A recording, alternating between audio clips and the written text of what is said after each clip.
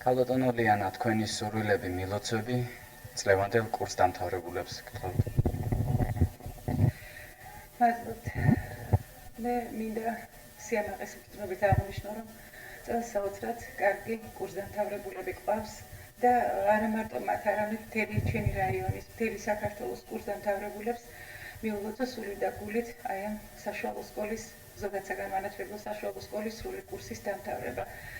სურვილები უაღრესად ბევრია, უაღრესად დიდია, მაგრამ მე შევეცდები, რომ მოკლე დროში ჩავტიო ჩემი განწყობილება მათ მიმართ და პირველ რიგში ვუსურო, რომ ისინი წარმოგამართულნი გასულიყვნენ დამოუკიდებელი ცხოვრების გზაზე, ყოფილიყვნენ გულმართავნი, პატიოსანი, რაც მთავარია ქრისტიანული სარწმუნება ჰქონდეთ წამსვარებული მთელი ცხოვრების გზაზე და ზნეობრივი ნორმებით არსავსი ადამიანები ჩამოყალიბდებიან.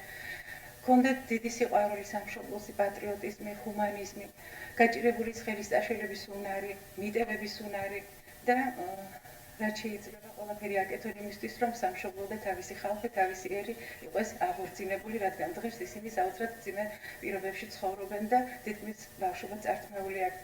საგრძელად გაიხადონ დიდი ილიას ციბრძნე მოძღვრება, კაცად მაშინ ხარ საქები, თუ ეს წესი წესად დააგე. დღესა შენ თავს კითხო, აბა დღეს მე ვის რა ვარგე და მე მგონია თუ ეს ნამდვილად გაიხადეს თავიანთ საგრძელად ცხოვრებაში, ისინი ღირსეულიერიშვილი და მამულიშვილი დაიზრდებიან. ჩემო შვილებო, გულოცავთ თქვენ ამ ცხოვრების რთულ და პერიპეტიებით სავსე გზაზე, ფეხბედნიერი ყოფილიყავით.